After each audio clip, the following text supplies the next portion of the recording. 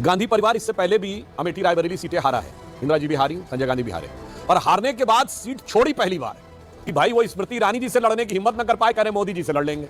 राहुल गांधी कहते रहे डरो मत डरो मत डरो मत, और आज वो सच में क्या स्मृति ईरानी से डर गए? उत्तर प्रदेश में उनका सफाया हो गया। उत्तर प्रदेश में कहीं उनको सीटें नहीं मिल रही। ऐसे कहा था छोटे से छोटा कार्यकर्ता 50,000 वोट से हरा देगा। अब तो के शर्मा जी उतर गए रेस के अंदर, कम से कम लाख सवा लाख वोट से जीत जाएंगे। भाजपा 15 या 16 सीटों पे सिमट जाएगी उत्तर प्रदेश। आपने अमेठी सीट छोड़ दी और आपने के शर्मा जी को क्यों दिया? मैं जानता हूं, पुराने जमाने में राजे रजवाड़े अपने वफादार व्यक्ति को कहते थे कि जरूरत है तो तू अपनी गर्दन दे दे। आप सभी का मेरे YouTube चैनल पर एक बार फिर स्वागत है। एक और मजेदार वीडियो आपके सामने प्रस्तुत करने जा रहा हूं। राहुल गांधी के अमेठी को छोड़ रायबरेली से चुनाव लड़ने को लेकर सुधांशु त्रिवेदी और तहसीन पूनावाला के बीच एक तेज पॉलिटिकल डिबेट इस वीडियो में आपको देखने को मिलेगी। आपसे अनुरोध है कि वीडियो को अंत तक जरूर देखें। चैनल पर अगर आप नए हैं तो चैनल को सब्सक्राइब करें, घंटी के निशान को दबाना ना भूलें ताकि आने वाली वीडियो का नोटिफिकेशन आपके पास सबसे पहले पहुंच सके। चलिए शुरू करें मेन वीडियो।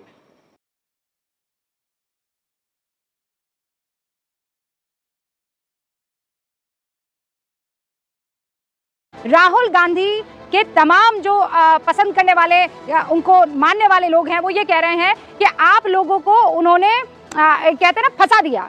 आप लोग कहते रहे कि अमेठी आइए, उन्होंने अपनी पसंद रायबरेली को चुना और क्या, और फिर हैशटैग भी चल रहा है कौन स्मृति ईरानी। देखिए, जो कुछ आज घटना हुई है वो एक दृष्टि से बहुत ऐतिहासिक है।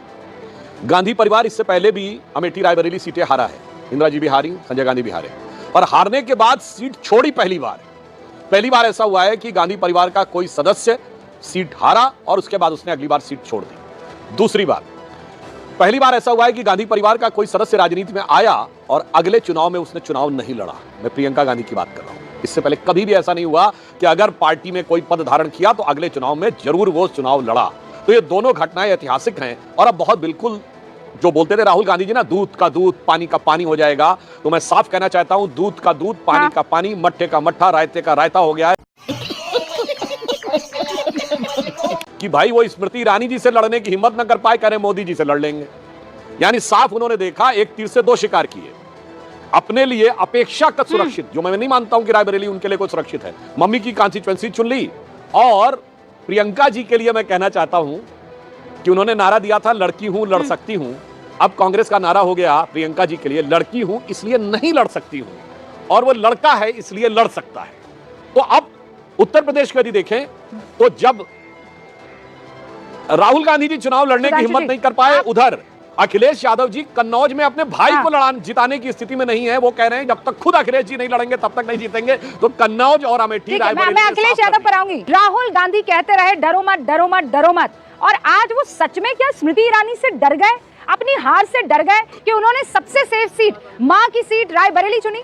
और प्रियंका गांधी की क्या गलती है कि उनको जो है वो कह रही थी लड़की हूं, जो आरोप लगा रहे हैं सुधांशु जी, मैं रिपीट नहीं करूंगी, जवाब दीजिए इसका। देश में 543 सीट्स पे चुनाव हो रहे हैं। पहली बार मैं भाजपा का ये नैरेटिव देख रहा हूँ, ये सीट वीआईपी सीट है, वो सीट वीआईपी सीट नहीं है। दरअसल भाजपा खुद अपनी जाल में फंस चुका है।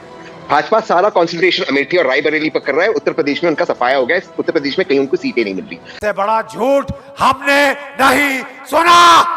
जहां तक सवाल था रायबरेली और अमेठी का, क्योंकि सोनिया जी वहां से चले गई थी, राहुल जी आके वहां पे रायबरेली को संभालिए, और अमेठी के जो वर्तमान सांसद है उनके खिलाफ इतनी एंटी इनकम्बेंसी है। मैंने आपसे कहा था छोटे से छोटा कार्यकर्ता 50,000 वोट से हरा देगा। अब तो के शर्मा जी उतर गए रेस के अंदर, कम से कम लाख सवा लाख वोट से जीत जाएंगे। यानी अमेठी को भी सिक्योर कर दिया और रायबरेली जहां पे मुश्किल थी वहां पे राहुल जी ने सिक्योर कर दिया। इसे कहते हैं आर्मी में स्ट्रेटेजी। उत्तर प्रदेश में सपा और कांग्रेस स्वीप कर रही है। भाजपा 15 या 16 सीटों पे सिमट जाएगी उत्तर प्रदेश के अंदर। अरे सुधांशु जी, सुना आपने, ये स्ट्रेटेजी है।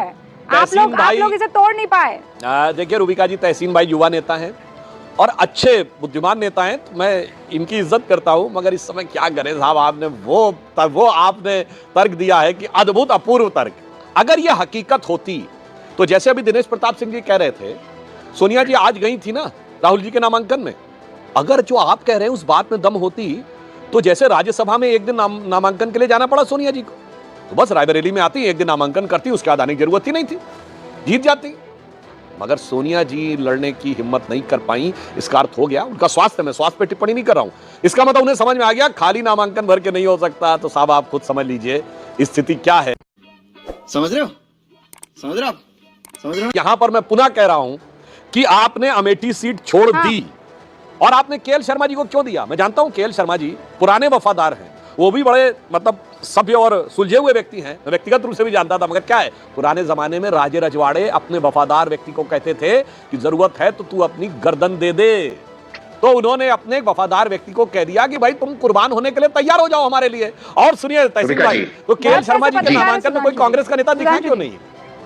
जी मतलब इतनी जबरदस्त जीत है, क्या बात हो गई? राहुल गांधी जी तय नहीं कर पाए अमेठी रायबरेली और केएल शर्मा जी के नामांकन में कोई गया नहीं, इसलिए मेरा मानना है जब थोड़ा व्यवहारिक होके बोलिए तो आपकी भी क्रेडिबिलिटी बची रहेगी। मैं भी आज उन्हें कहता हूं, अरे डरो मत, भागो मत। मतलब सिर्फ और सिर्फ गांधी परिवार और कोई नहीं? हम देखिए दो चीज, सुधांशु जी ने एक चीज मान ली है कि सिर्फ नॉमिनेशन भरने से काम नहीं चलता, आपको 5 साल काम भी करना पड़ता है। ये थोड़ी ना मोदी जी की तरह वाराणसी गए नहीं नामांकन भरने की तरह, एटलीस्ट ये दिखाता है कि परिवार अपने कॉन्स्टिट्यूंसी से लॉयल है। दूसरी चीज, जहां तक अमेठी का सवाल है, मैं दोबारा से रिपीट कर रहा हूं, वर्तमान सांसद हार रही है, कम से कम 50,000 वोटों से आ रही है और अब केएल शर्मा जी के आने से 1.25 लाख वोटों से आ रही है। हम 4 जून को मिलेंगे, सुधांशु जी होंगे, सुधांशु जी जानते 1.25 लाख वोटों से हारने के बाद जो हालत हो रही है भाजपा की, भाजपा पूरी तरह से डर गई है। इसीलिए तो अमेठी में लड़ते तो थोड़ा आनंद भी आता ना हम लोगों को। अब आप तो रायबरेली चले गए, Raebareli is the safest place. तो कैसी लगी आज की ये वीडियो, कमेंट करके जरूर बताएं। मिलते हैं अगली वीडियो में, तब तक जय श्री राम।